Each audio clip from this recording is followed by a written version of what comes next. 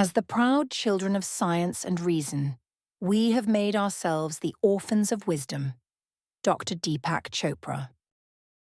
We cannot betray our spiritual nature without paying a great price. It is not that we have a soul, but that we are a soul. Dr. Rachel Riemann. Welcome. My name is Tana. And I'm Bruce. And we're delighted to have you on our channel with us again. We have another topic that we would like to talk about. And I found this in a book I was reading called Night. And it's by Elie Wiesel, or Elie Wiesel is how they would say it. He was a World War II concentration camp survivor. And he wrote this book. I'm sure many of you have read it, or at least heard of it. It was really heinous and very amazing. But anyway, this gentleman then became a professor, and I wanted to use a quote that he gave about his teaching years and talk about it here tonight. So what I want to do is just break the quote into one-line segments and talk about each segment. Let's go ahead and read it once up front so everybody hears. Sure. Would that be acceptable? Yes, I accept, Bruce, and will do so. He says, I teach my students how to ask questions. In the word question, there is the word quest. I love that word. We are all partners in quest. You are my question and I am yours, and then there's dialogue. The moment we have answers, there is no dialogue. Questions unite people, answers divide them. I find this compelling. I feel like there are a billion things one could talk about dissecting this, but we will just do a few. So I just wanted to start out with the word, or with his statement that I teach my students how to ask questions. There's research that shows that the average 4-year-old asks 394 questions per day. Conservatively. And conservatively. And somehow we move from that brilliance of 4 years old to statement makers as adults. We make statements. I find that so interesting because if you take a little 4-year-old, all they want to do is learn everything they can. They want to know everything. And this questioning that they do is pure, it's authentic, it's pure curiosity. It's without guile. They're not trying to trick us or anything. They just want to know. As opposed to some questioning we do as adults, which is designed guileful to manipulate a situation, to trap somebody, to, you know what I'm saying? Yeah. We can lose that pure, authentic curiosity that drives a 4-year-old and end up as adults who ask really crappy questions, if we do it all, and we become reliant on statements. We make statements about the world. We make statements about ourselves. We make statements about other people. And I really wonder if we get very many of those statements correct. I really kind of don't think we do as often as we do. Yeah, I was just going to say by crappy questions, I think you mean questions that are stating something rather than Yes. questions. We're so good at the rhetorical, right? Right. Oh my goodness, that's true. Rhetorical questions. And just like you're saying with the change from 4 years old to now, I think there are times in our lives when we go through more questioning phases and more statement phases, because people talk about how when you're in college and especially high school, that you know everything. Because I felt that way too. I just, knew everything in the world, and the older I get, the I more know. questions I ask. I know. The more I don't know. My husband and I were lamenting that, oh, that we could be back into our 40s when we had all the answers. And now we just seem to know nothing. I mean, we get dumber and dumber with every passing day. But anyway, that's another subject. So how do we lose that authentic questioning? And how can we recultivate it? Because I believe we can. I believe that there are people who are natural questioners, and I believe that we can all return to our natural questioning states in as far as, or in as much as we would like to. So questions are the fodder of thought. I love a question. Love it. Continuing, he says, in the word question, there is the word quest.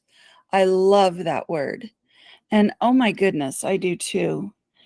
And quest, that word is so nuanced. I mean, inside of the word quest is this call to wild adventure, but also an invitation to some really long, even difficult searching. It's all a quest, right? And it all requires that we give it our best efforts and also our very best staying power.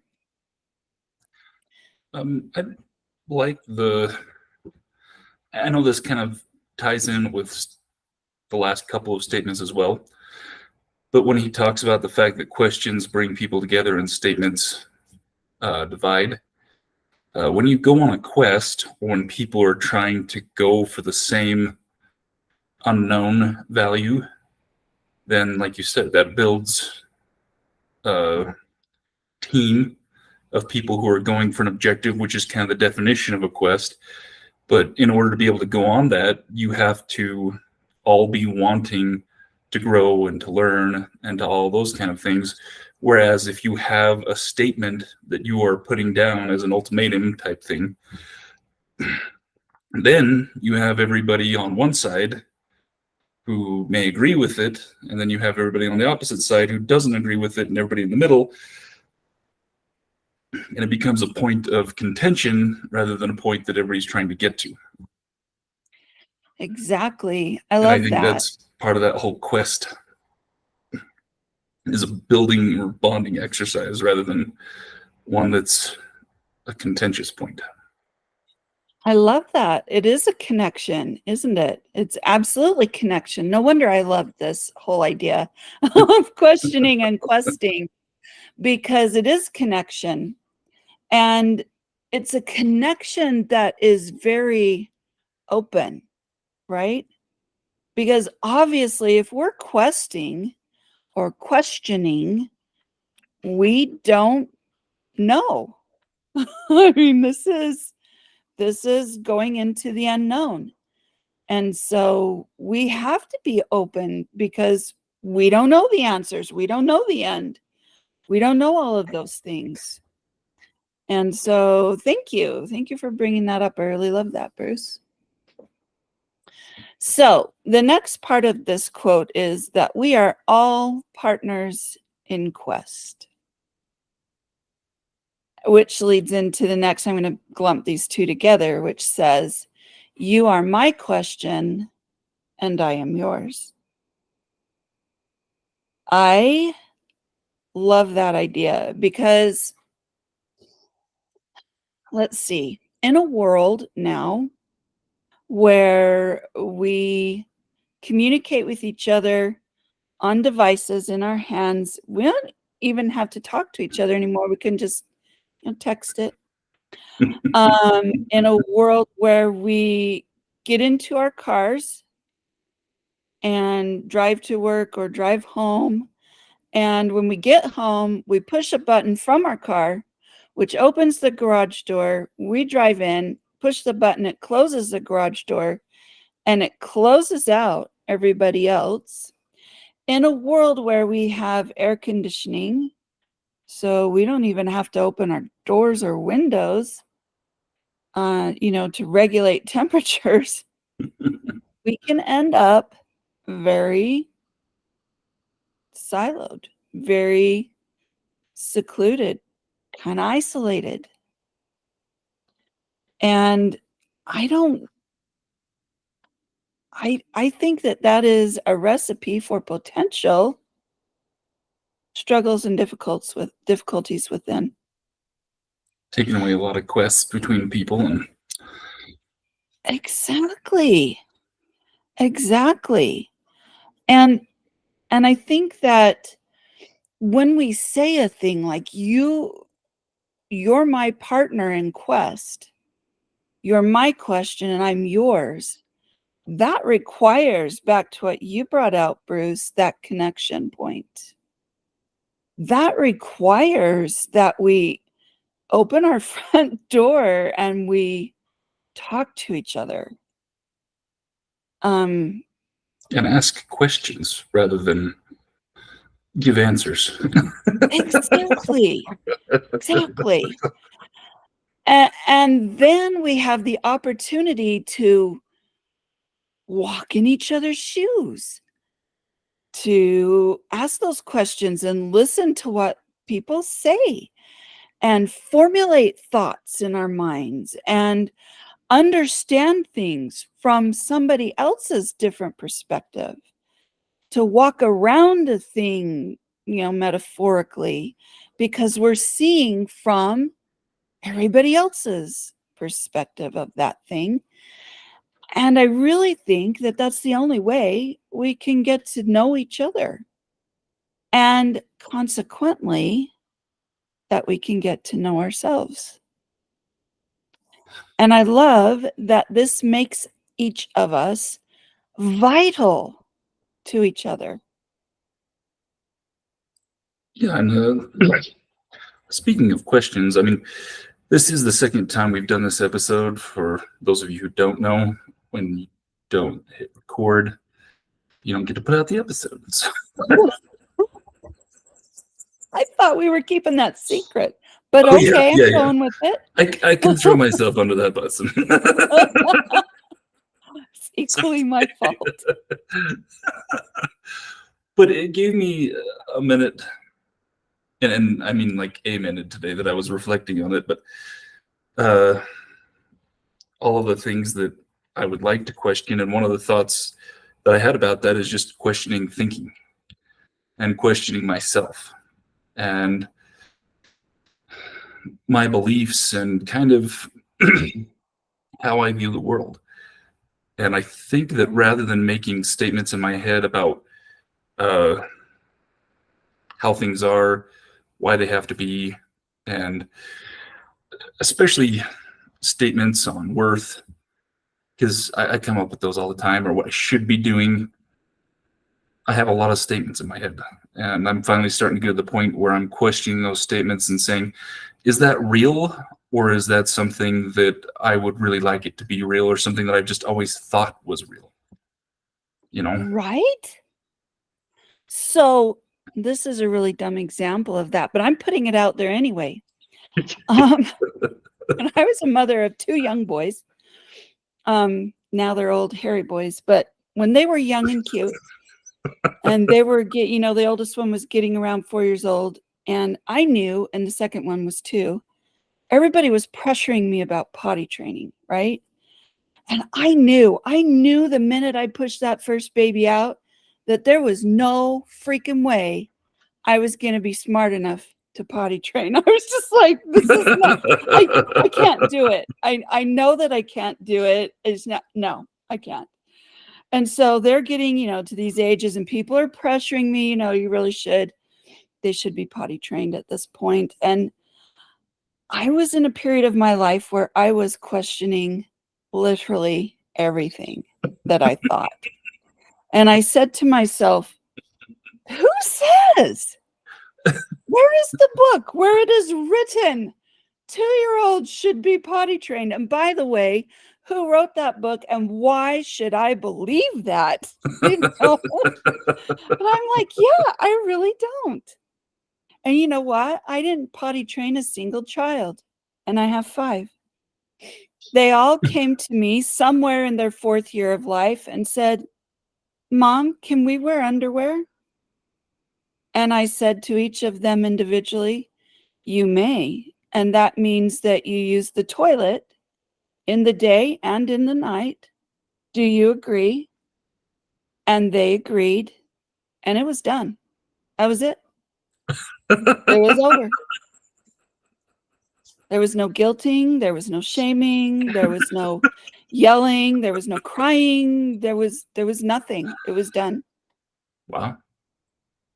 Because they had asked a question, because they were ready. And so, that's a rabbit hole we could go down. But no, don't distract me that way, Bruce.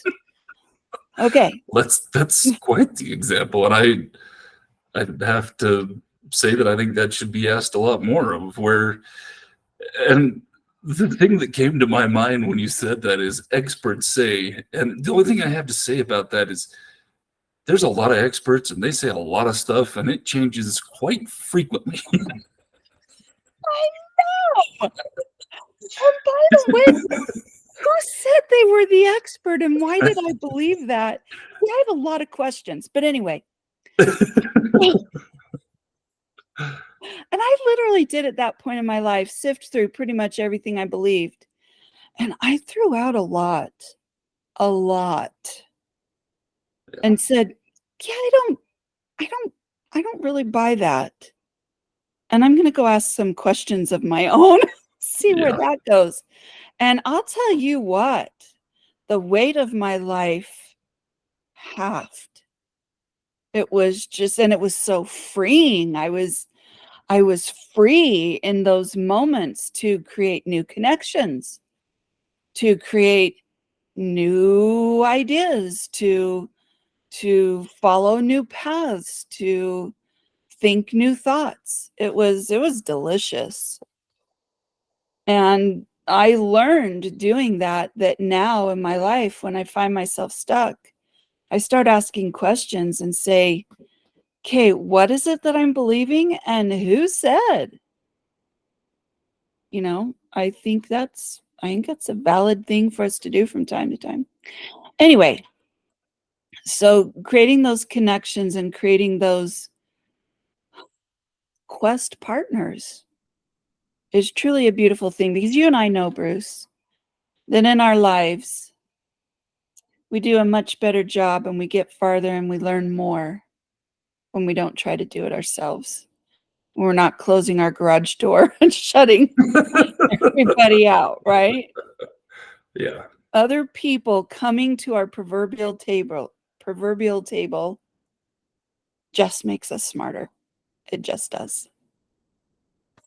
Okay. And then he says, and then there is dialogue. Now, my husband will say to you that I am a woman of high maintenance. He will say to you with love, and he does love me.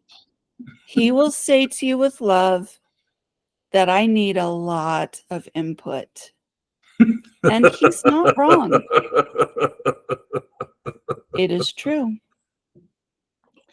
My favorite thing on the planet is dialogue. Now, my second son, his name is Spencer. He's now in his 30s. He has always been my child that talks. I mean, as a kid, I would, as that 4-year-old, I would say to him, okay, honey, mommy's ears are about to bleed right now. I'm begging you to give me 5 minutes, or 10. I need to rest my brain for a little tiny minute. And he would do his best and make it, a couple minutes. But Has it it been turns 5 out, minutes yet? question 298. I have so many more to go today, Mom. It turns out he's still kind of a lot the same. And he's scary brilliant, and I love to talk with him. And we will get into conversations because we both like to chase rabbit holes. That's why we love to talk with each other.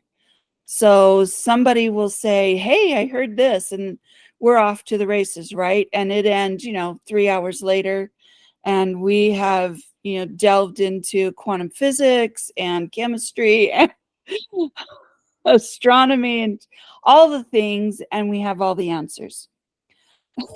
We don't have any answers, but we've had a delicious time. So when Spencer and I are sitting on my front room couch talking, there have been times when my husband will come down the hall, he'll see us, and he'll turn around and walk back the other way. Because dialoguing is not his favorite thing on the planet. He is a doer. And he loves to do things and dialogue only when we need to have the correct instructions and all those things. So, That's still a form of dialogue, just maybe not the verbal kind. it is. It is a form of dialogue that it might be a little bit boring to me. I'm not as interested in knowing how to do the thing as I am in thinking about the thing. Yes, I am a theorist. Yes, he is an experimentalist. That's the way it is. We work well together, unless I want to talk. Anyway, I think that this dialogue piece, though, going along with you being my question and me being yours, or you being my quest even, and me being yours, is this beautiful way that we actually do form the connection, and that we actually can forge our way through those both adventurous times and also the difficult, struggly ventures together. I think that dialogue is requisite to coming out smarter and better on the other side. Just a thought that I had about you're my quest and I'm yours. It's just along the lines of whatever you say to other people and how you act towards others says a lot more about you than it says about those other people. Or a specific example that I really like from Dave Ramsey, he talks about tipping. He's like, you not tipping the waitress says a whole lot more about you than it says about how you were served or what the waitress was doing. And just that whole thing where, the other person is your quest and you're theirs. How they treated you is their life, and how you treat them is your life. I love that. That is such an excellent point, because how we treat others has literally nothing to do with them. Like nothing to do with them. It has everything to do with us. And our willingness to connect, our willingness to look at ourselves, our willingness to look at another person. And how they behave towards us only says how they're feeling inside of themselves. Yeah. What thoughts and feelings they're holding on to, how they're perceiving their life around them. And so, yeah, that is a quest, isn't it? Because we don't always understand that point of view. It is a quest for us to follow along with another as they reveal themselves to us by what they say and what they do.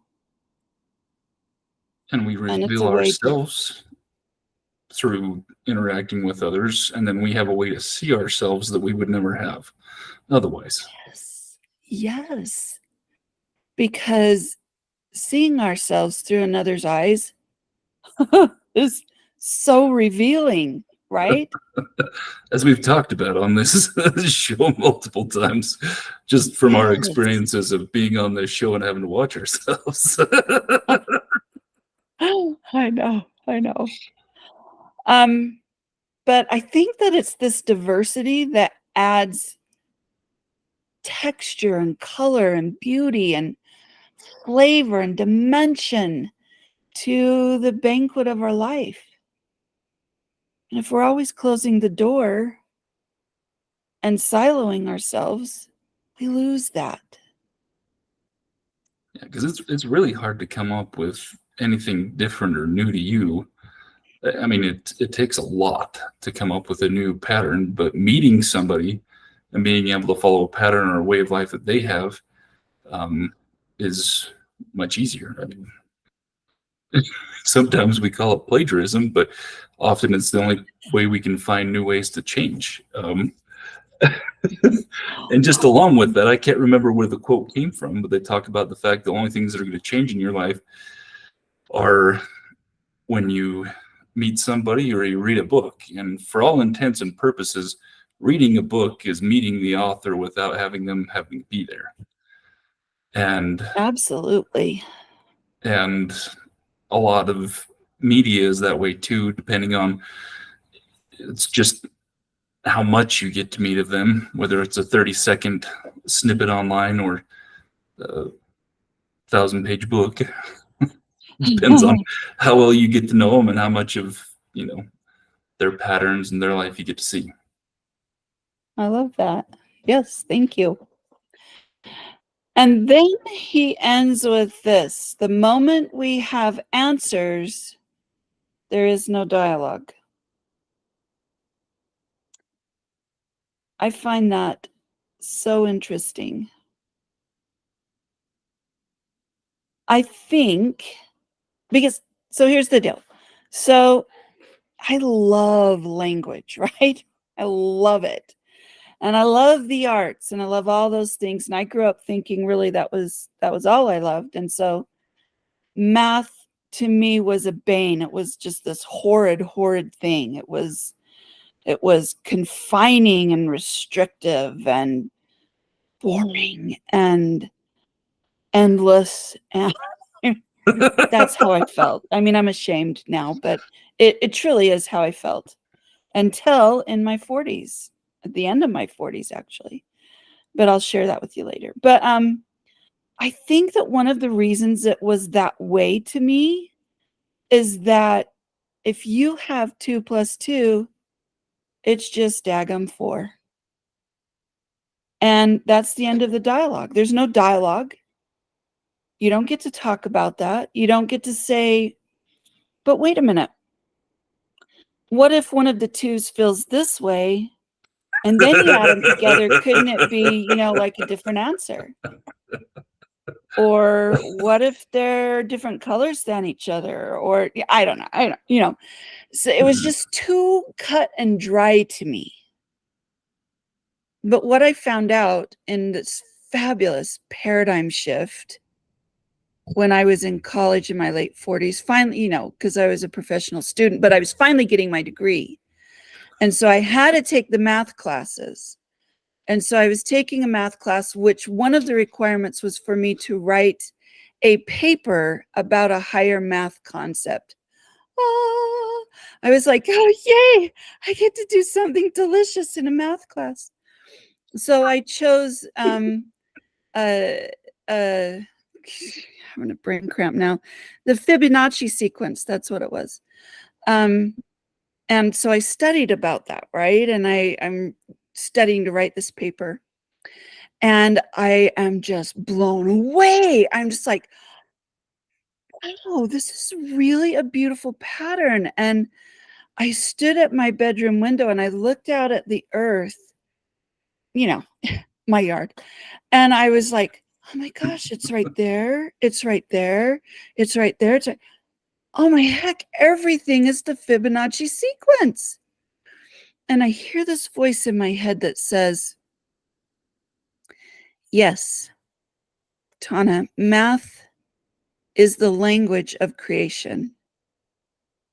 If you want to dialogue with creation, you must learn the language of math.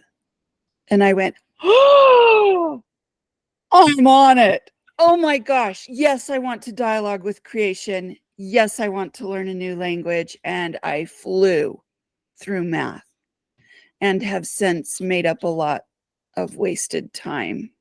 Anyway, I totally digressed, but I was making my point that I felt like math was constricting and there was no dialogue. Now I realize it's an entirely new dialogue.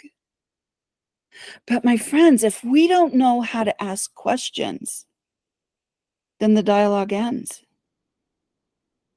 If we don't know how to ask questions with the language of math, or with the language of emotion, or with the language of our mental acuities, or with the language of spirit, or with the language of understanding, if we don't know how to ask questions, there will be no dialogue. There will be no learning. There will be no understanding. Which leads us into this last statement. Questions unite people. Answers divide them. I had to think on that for a hot minute to figure out what in the world that meant to me. And I asked a question, Tana, what do you think that means? And here are some thoughts I had. So I'm a bit of a science nerd. Okay, I'm a total science nerd. And I am always interested, fascinated by the scientific method, and it's built around the idea of having a theory, right? A question, a hypothesis. And then we move through this,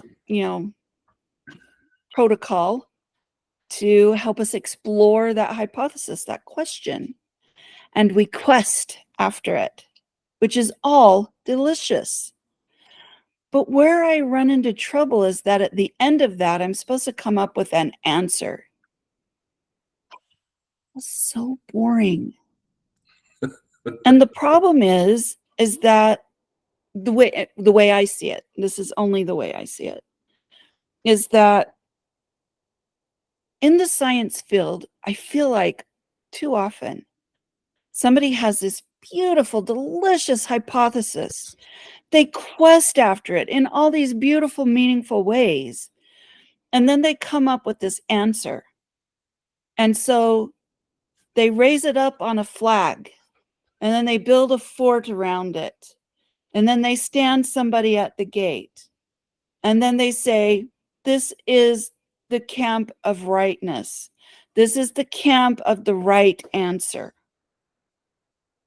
And then they take themselves in there with those that believe that and close the door.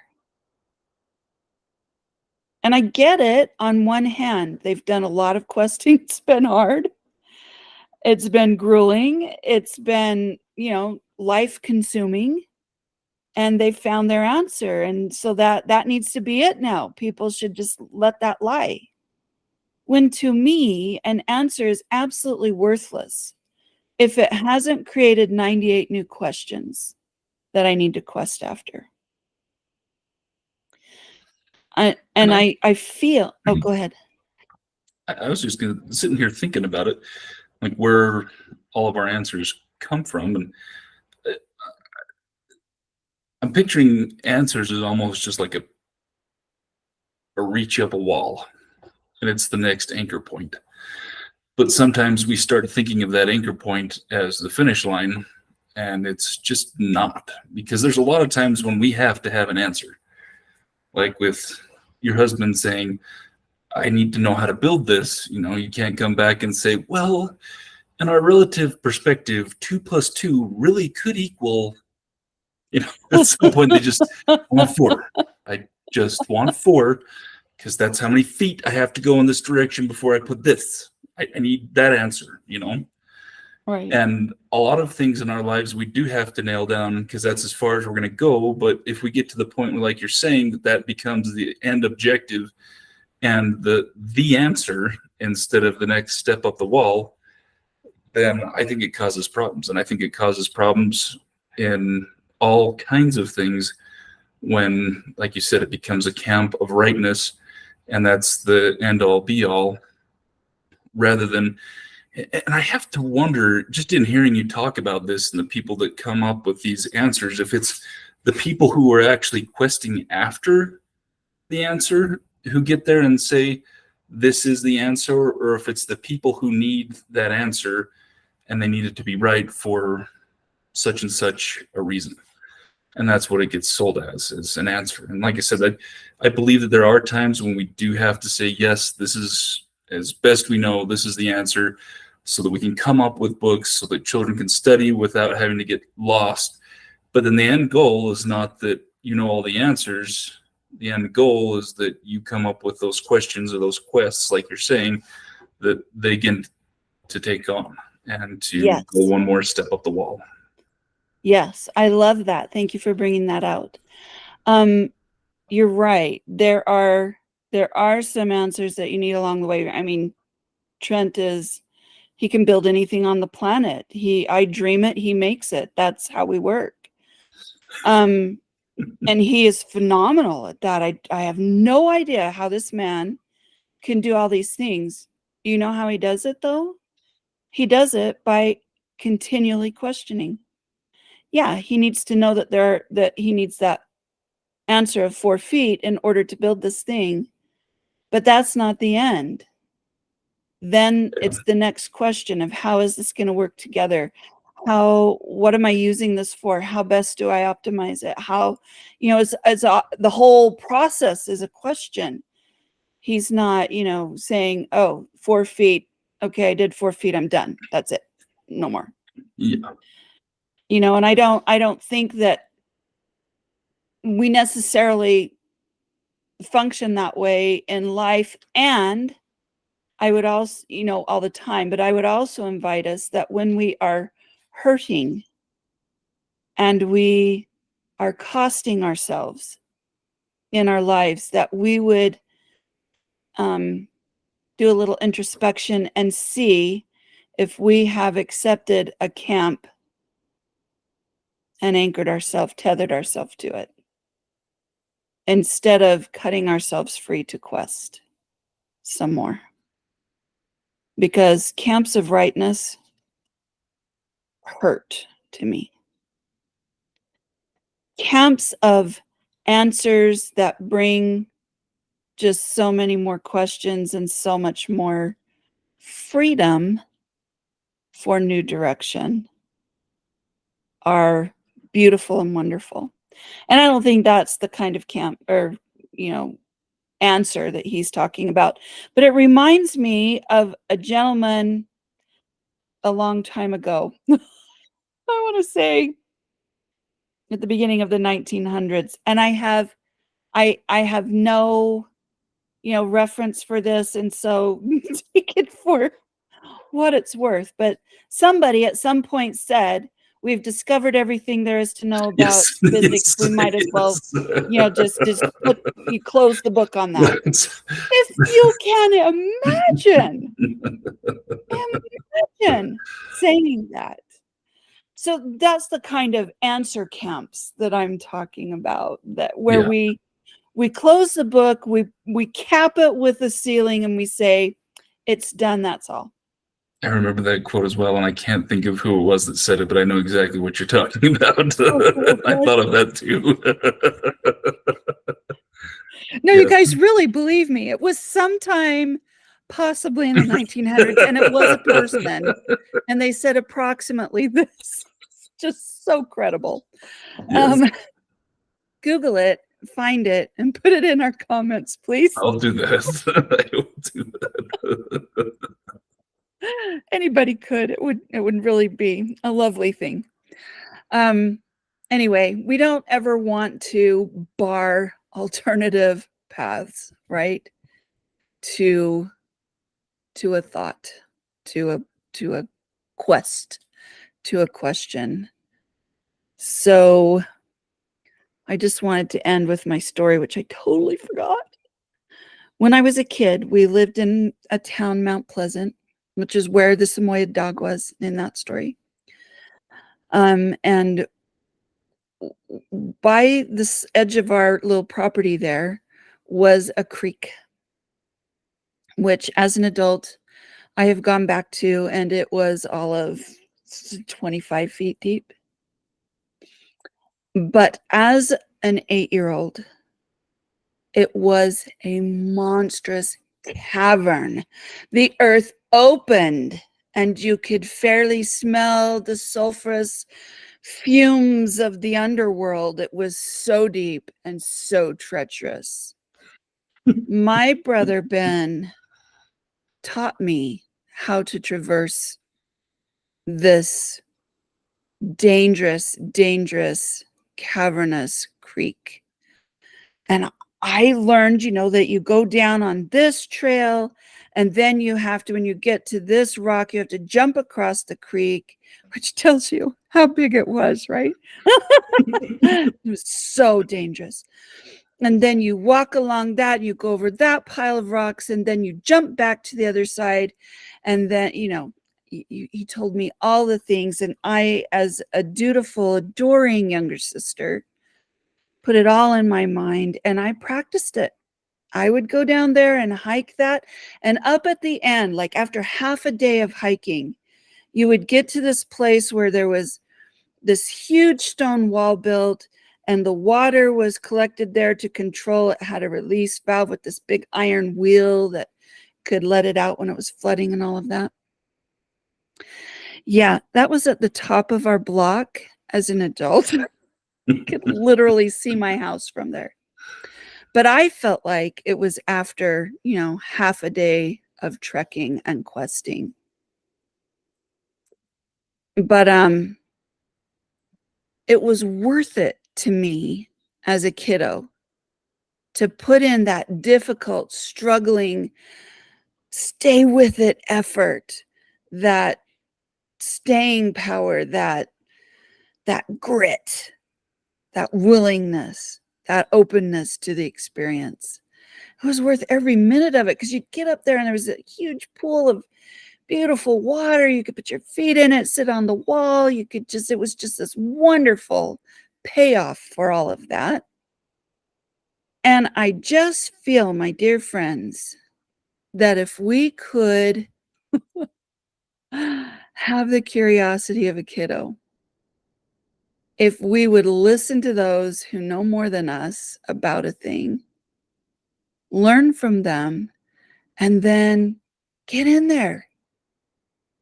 Jump across the creek when it's time, climb the rocks when it's time, take the trail, venture into the cavernous, sulfuric-filled, dangerous place. There was no sulfur, you guys. It was my imagination, but it was real to me then.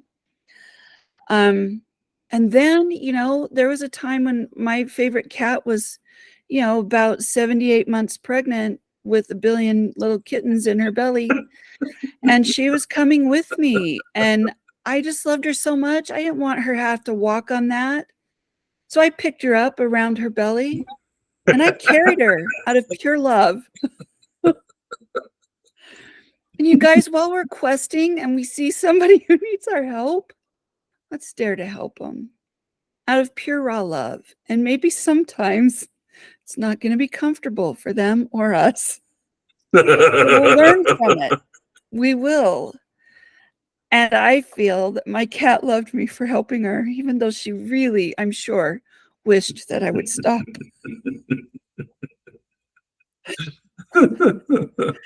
Anyway, so let's be kids, you guys.